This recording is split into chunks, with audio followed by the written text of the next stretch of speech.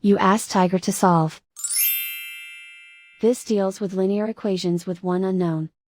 The final result is f equals 11/3. Let's solve it step by step. Simplify the expression. Group like terms.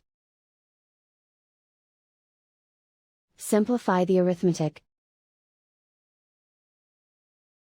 Group all constants on the right side of the equation. Add 11 to both sides.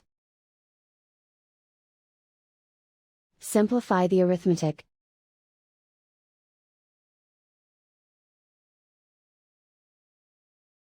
Isolate the f. Divide both sides by 3. Simplify the fraction.